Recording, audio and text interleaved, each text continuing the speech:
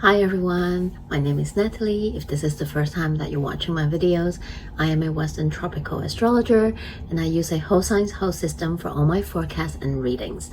In this video, we are talking about this week's astrology forecast, and this will be about July 27th to August 2nd.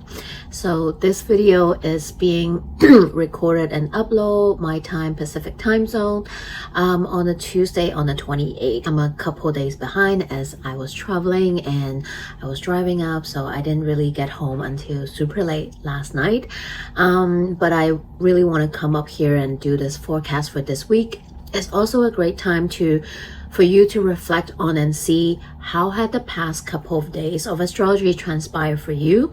So I personally think astrology is a great tool when it comes to doing forecasts and like a weather forecast to see what is going to come up. And then so we have a big picture of what is happening up in the sky, what can we expect, what are the possibilities, and then we feel it throughout the week. And at the end of the week, we can always come back and reflect on them as we listen to them again. Sometime I find that after the weekends, when I listen to them already, I feel more connected and I can really see how those energies showed up in my personal life and how I've used it. So this can be a little fun experiment for you to try out if you feel called to. This week we have a lot happening. I feel like I keep saying this phrase almost every single week, especially the whole July, because July is just a lot. I personally feel as we stepped into end of June when that Mercury retrograde really started, the energy really shifted, and this whole July has just been quite chaotic, to be honest, with what is happening for us on a collective level. Maybe perhaps for some of you in your own personal world as well, because all these aspects, even though a lot of them are happening for the collective, we as personal individual, we feel them as well, and they definitely ripple out, and it will also show up in our personal life as we connect to these energy and see how they play out in the world and how we're connected with what is happening around the world. Because at the end of the day, whether you believe, agree or not, we are all interconnected, we are all intertwined. What is happening that feels like far away from home actually do have a ripple effect come back to us, and what we feel individually, no matter sometimes how helpless or hopeless you feel, how little you think of yourself, that you cannot do anything that change the world. Remember, we need every single one of us to do whatever we can so that when we all join force, we are not hopeless and helpless at all. In fact, we are actually very powerful if we choose to do whatever we can in our own capacity towards the right movement, the right path in the same direction. So all to say, because I want to tie it back to this bubbles basket, this cosmic cradle that every single astrologer and non-astrologer has been talking about. There's been a lot of different opinions and perspective. While I respect many of them, some of them, when I see them on social media, very one-sided and misleading. So I do want to just take an opportunity here to invite everyone to practice discernment, because after all, I know that it's all coming from a place of love and care for the collective, but I feel like sometimes some people, when it comes to astrology, I'm not trying to say something that put me on a high horse, like I am professional astrologer and you're not, but I do find that sometimes people interpret it maybe perhaps differently, and they tend to lean into a little bit more towards it's all just rainbow and sunshine, it's all about ascension and toxic positivity and new age spirituality, which in fact is not really exactly that. So I do want to encourage us to practice discernment, because at the end of the day, this whole basket configuration, mostly, well, all of them are generational planets, and they are creating, yes, very big shift in humanity. And of course we all feel this energy individually as well, and hopefully many of us, if not all of us, will feel moved in some way, shape, or form towards one path, which is about our own collective liberation and sovereignty.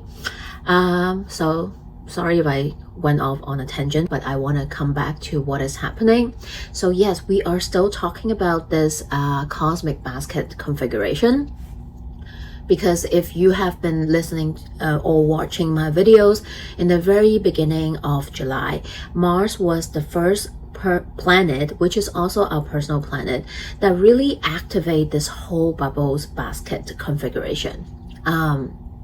And as we move into the second week and last week, every outer planet came into exact sextile and trines and opposition very much last Sunday, Monday, to really activate this whole basket configuration. And this week we have the Sun in Leo come in to activate all those aspects again. So is the full moon in Aquarius. So that is why this week can feel a lot for many of us as well. So let's talk about all the aspect that is being transpired this whole week. So on 27th, this is going to be a very interesting day, because first we have Sun in Leo opposing Pluto, which is retrograding in Aquarius at 4 degrees 17 minutes. So whenever there is this Sun-Pluto configuration, especially when it comes to like a square or opposition, there is the theme of power dynamic and struggles, control between you and someone, or you and a group of people, or you against the system, right? There's this like opposition, right, between two group of people. So personally, it can be you versus someone in your life, or a group, maybe even a community or the system. And on a bigger scale, of course, this can be the collective versus the top 1%, or the government, and so on and so forth. So this can be a moment of power check, right? And I just want to mention a piece of news here. Recently, I think it was announced last week, I believe, that the US House of Representatives passed the 2027 National Defense Authorization Act, which is also known as the NDAA, the bill HR 8800. And that basically is a bill that's designed to expand military and technology integration between the US and is not real. So now that this has passed, it actually means that the US no longer need to pass any more bills foreign aid to is not real. They can just do it domestically, because they basically merge the military. And while this can feel like, well, I don't live in the US, and why do I have to care about this, right? But this is huge, right? If you have been living under the rock still, or you're just in denial, or your avoidance, you're trying to be apolitical, which I personally think is just impossible, because every day we are making thousands mindless decision that is political. You know, buying grocery, eating, buying different brands, right? What do they stand for? What do those brands support? Maybe going to that, I don't know, that coffee place, or that fast food place, or that fast fashion place, or the grocery that you're getting, whatever it is, right? You are making decisions. So it's impossible to be apolitical, because silence is a form of political gesture as well. So just to say that with this opposition, it really kind of wakes us up to invite us to check in with ourselves, who is really in power. But on a personal level, this can also you feeling that you are up against someone, you know, a group, the system, and it can feel like you are fighting an uphill battle in some way, shape, or form. But it can also be a profound moment of self-awareness that you might have an epiphany. You might have a revelation about yourself, or something or someone. Maybe this is a belief or this is a pattern. You know, this can be a moment to reclaim your power, stepping into your power, knowing that, hey, you know what, I am no longer wanting to do this. I am no longer wanting to follow this community. You know, they do not align with me. I am stepping out. I am reclaiming my power, or I am no longer spending my energy on certain people, situation, or things. A couple hours later, the sun in Leo is going to continue to activate this basket. We have the sun in Leo, trine Neptune retrograding in Aries at 4 degrees 18 minutes. So this is really funny. The way all these three aspects that I'm going to continue to talk about, they happen one after another, and they kind of create this sequence of story that I kind of put it in as well. So the second one, we have the sun trine Neptune. So this is inviting us to believe and to reimagine that, yeah, okay, maybe we might be fighting a hard battle. We might feel like we are swimming against the current, that we are you know, seeing what is happening around the world, and it can really feel you know, defeated sometimes, right? Because it just feels like it's so hard to accomplish anything.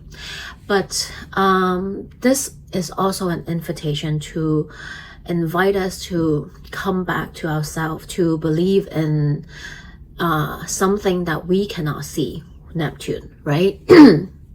This otherworldly feeling of believing that there is a force that we cannot see that will steer us into a direction that is more kind, more loving, more just for the collective. This can be an invitation for us to reconnect or connect with our ancestry, right? Our divinity. Neptune, it talks about our ancestry, our dreams, the dreams of our ancestors, right? To remember and to remind us that together we are so much more powerful than we think we are. Because we ourselves can feel very small and hopeless. But remember, what we are looking at is not an individual problem. It's a global issue that require not just one person, but everyone, right? As many as possible, a collective to join force together to fight against, right? One person cannot solve war, hunger, global warming, or end all wars, right? But if every one of us can do something, together we can do one big thing, right? So it all starts from within and ripple out to the collective. Then lastly, we have the sun sextile Uranus in Gemini at 4 degrees at 52 minutes. So then this aspect invites us to have some movement, to move the energy. Uranus is that breaking free, liberating, that electricity that comes in, right? So this is about, it doesn't have to be anything crazy, dramatic, or grandiose, right? This can be one tiniest step that you can take, one tiniest action that you can take to steer yourself or help to contribute to the community, the collective, or in your personal life, right? So there's a very interesting day. It can feel like a roller coaster and up and down emotions that with all these aspects happening, right? But they are all coming from the sun in Leo, which is asking you to come back to your heart, to connect with yourself, your authenticity, right? Your core belief, what your inner fire is telling you, right? Is how you connect then with all this outer planet, which is the collective. And then on Monday 27th from nighttime 11 p.m. I know, right?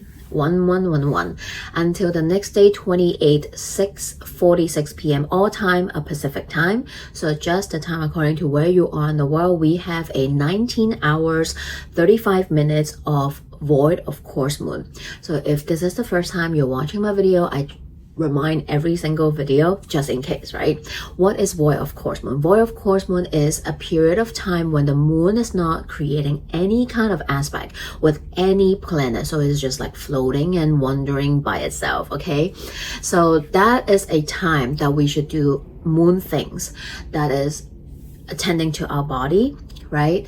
Doing prioritize rest, nourishing our body, you know, just resting, not rushing. I know it's not always possible, but try your best. If you know, if you can, try to prioritize rest. You know, this is not the time to launch big things, to sign important contract, to maybe start something, unless you want to start something that is kind of like in the download, that nobody will have a chance to go against you or something. So this will be the time when governments or companies launch bills or whatever that they don't want to have any too much of a opposition against them, right? So that is the void of course moon. And then on 29, we have Venus in Virgo square Mars in Gemini at 21 degrees 14 minutes. Venus square Mars can be a tense moment when it comes to relationships or relational topics, right? It's a square, is a little tense. And since both Virgo and Gemini are ruled by Mercury, and Mercury is still in its post shadow phase of Mercury retrograde, so it's still gaining speed, it's not fully there yet. So I would say this square can be very argumentative. They're both ruled by Mercury, which is all about communication, right? So 29 can be a day where you might be very hot-tempered, or the other person, right? So be mindful with the energy, right? There can be conflict, tension, arguments between you and someone, or about certain things that is happening. So be mindful, see what is happening, right? If you know that day is a bit fiery and people tend to be a little bit less patient, then maybe this is not the day to maybe you want to wait a day to have that important conversation, or to avoid unnecessary argument, right? On the same day, we have the Jupiter Cazimi that is happening at 6 degrees 24 minutes in the sign of Leo. Cazimi is an Arabic word simply meaning in the heart of. So whenever there's a Cazimi, is a planet passing through and aligning with the sun. So in astrology, when we talk about the cosmic, the sun is, you know, the center force of everything, right? The sun is that vital energy, is that life force energy, is that divine force that contain all the divine wisdom and knowledge, right? So whenever a planet passes through and align it, it's covering the sun, kind of like an eclipse in some way. So in the ancient time, it's not like a good omen, right? Because light and darkness are more vivid, right? In back then, when there's no artificial light, right? So it's more powerful to see that. And whenever a planet aligns with the sun, it almost feels like that is going to get burned and like purified by the sun, like eaten by the sun in some way, shape, or form. So it's also a symbol of purification, you know, resetting, restarting a new cycle. So having Jupiter pass through and forming this Cazimi with the sun is birthing a new Jupiter cycle, right? Which is like a 12 months thing for Jupiter. So this day can be a little extra, I would say lovely, if you are a Jupiter ruled person. So meaning that you have a Jupiter rule chart, or if Jupiter is your time lord, right? You might feel this energy more. It might be extra lovely for you, but I don't want to conflict Jupiter as something that is good and lucky, because that is not always the case. Jupiter simply expands everything that's there. So the good and bad and everything in between, right? So if you are feeling, let's say, if you have imposter syndrome, Jupiter will expand that, right? Versus if you are feeling very compassion, then Jupiter expand that. So it really depends what Jupiter is expanding in your life. So take a look and see which house is ruled by Leo. That is where the Jupiter is happening. If you have any planets or point in 6 degrees 24 minutes in the sign of Leo or other like fire sign or other signs, right, that is aspecting this Jupiter Cazimi. Jupiter talks about philosophy, spirituality, divinity, justice, knowledge, travel, learning through travel, right? So these themes might come up. You might feel like setting intention regarding to these themes with this Jupiter Cazimi. You know, since Jupiter is about divination, some of us might feel an aha moment. We might receive some downloads or have a realization, epiphany today as well. So something might just click for some of us today with this Cazimi. On the same day, yes, 29 is a very, very packed day.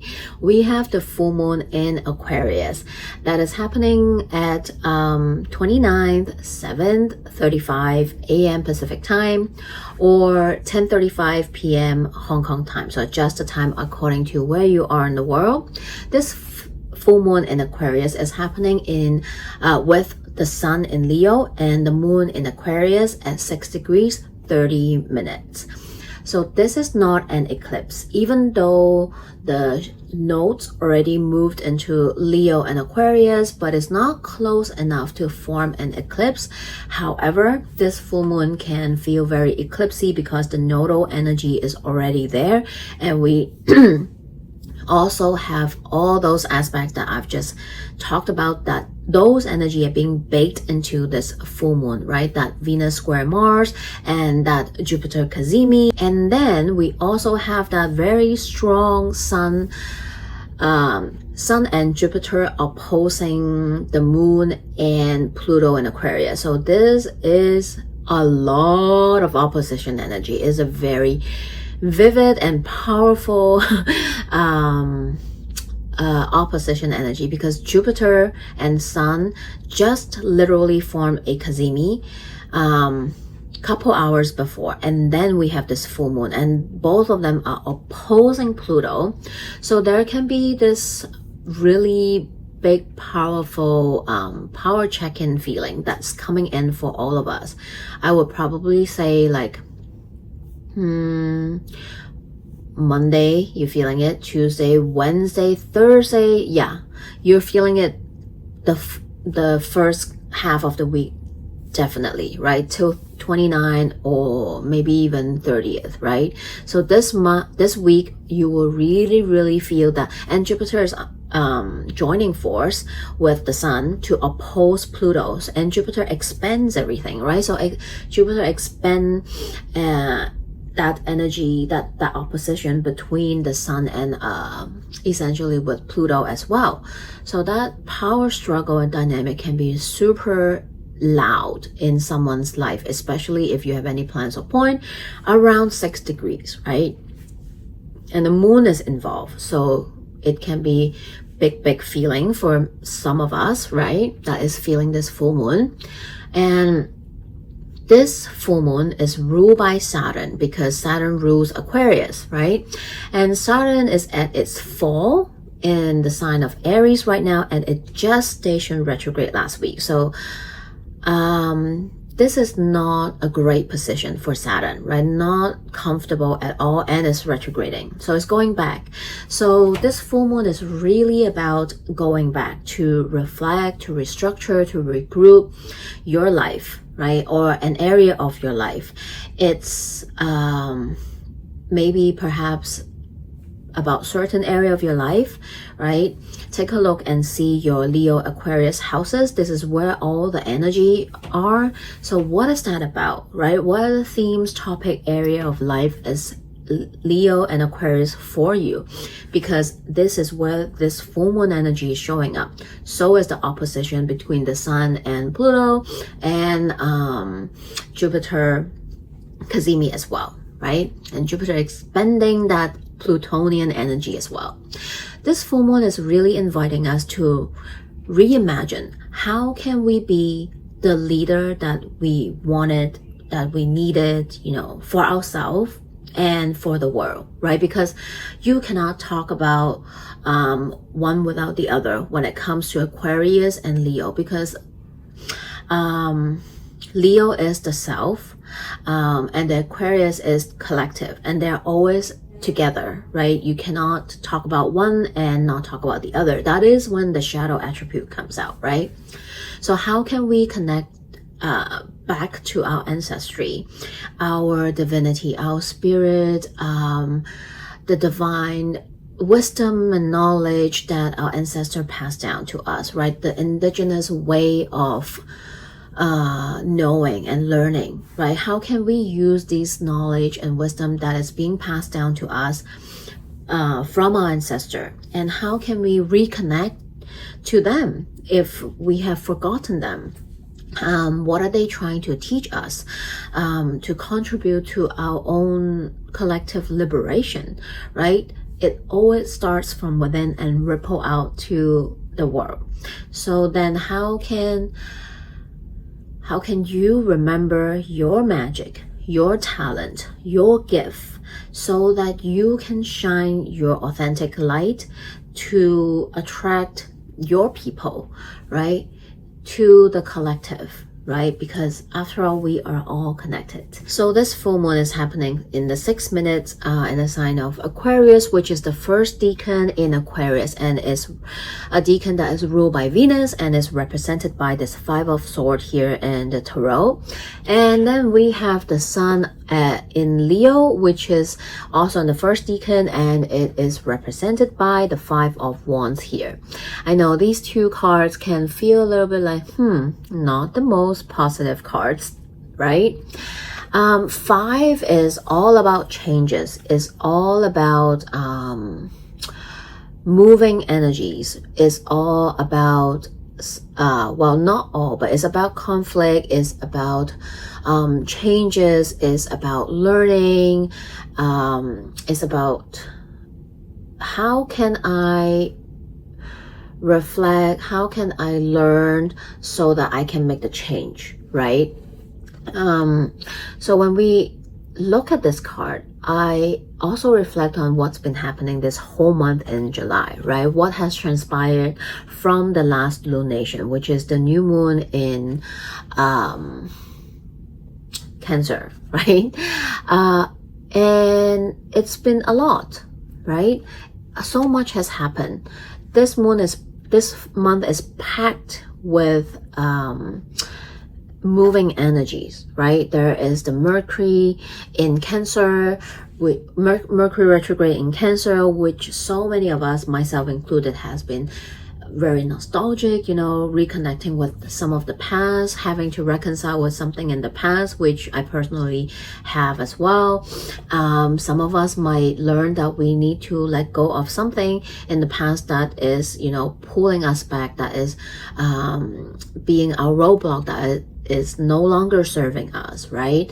Maybe some of us is realizing that we cannot continue to let the past affect us. We need to sever with them and move forward, right? This is about also how can we reconnect with our ancestry, right? Just like what I mentioned before, right? And then we have this huge basket configuration, right? That is really loud and be in the forefront for all of us for the past couple of weeks, and this week again, basically the whole July, right? And now we have this full moon in Aquarius just kind of end the month and really activate all those energy again for us. Not to mention we also have Jupiter going into Leo recently, also the nodal shift, right? So we have been moving through a lot astrologically, and so is the world. We've seen so many things, right?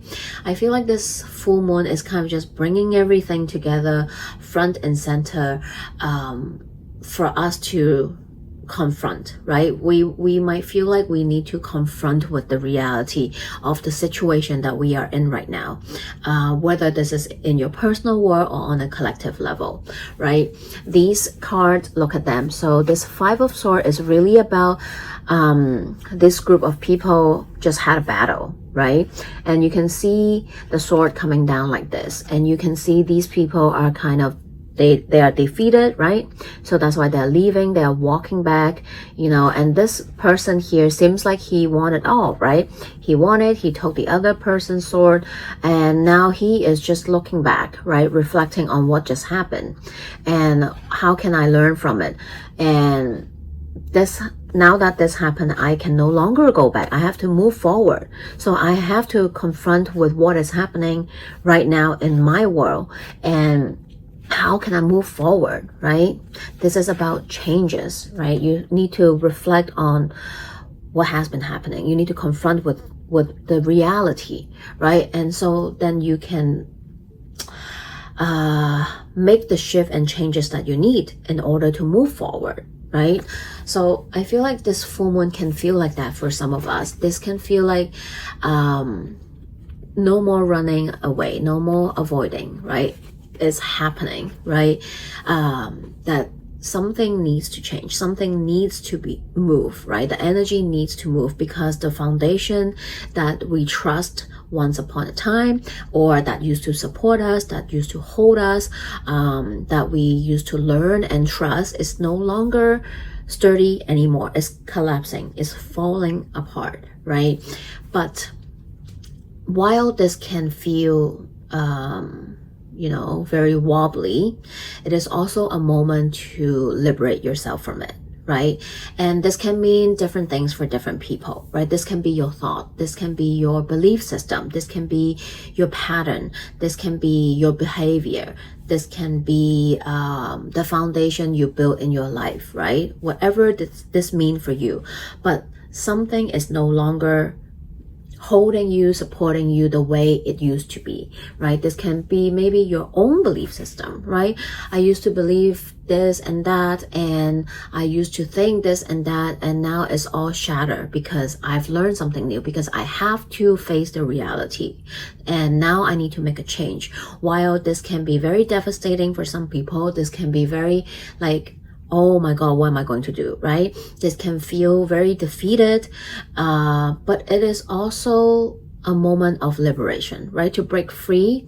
Okay, it's not working, fine.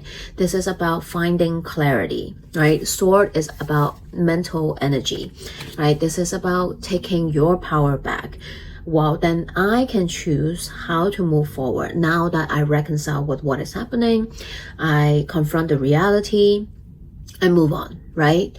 Full moon always illuminates something for us. Is that accumulation moment, right? It's also that shedding moment. It's like, oh, okay, now I see something. I need to confront it. That I need to respond to it. And it really depends how you want to respond to whatever is coming up for you. So I hope that kind of makes sense in some way, shape, or form. So after the full moon, we have a void of course moon again for 14 hours 47 minutes, and that is happening from July 30th to 26 p.m. until the next day on the 31st 4:53 p.m. So pretty much most of the 30th and until the afternoon of the 31st, right? And then finally Sunday, we have another 8 hours 3 minutes of void of course moon, and that is from Sunday August 2nd 5:33 a.m. till 1:36 p.m. So just morning and brunch time perhaps. So maybe perhaps this is about feeling all the feels that is going to come up during the first half of the week, and having a slower weekend if possible to navigate what has come up for you. This is what is happening this week. I hope you find some of the message helpful in some way, shape, or form, feel free to comment below, connect with me. I love reading messages, so keep them coming. And if you're interested in any personal consultation, contact me. All my information are in the description box below. Follow me over on Instagram. That's where you can connect with me as well. I am sending you lots of love, full moon blessing, and I'll see you next week. Bye.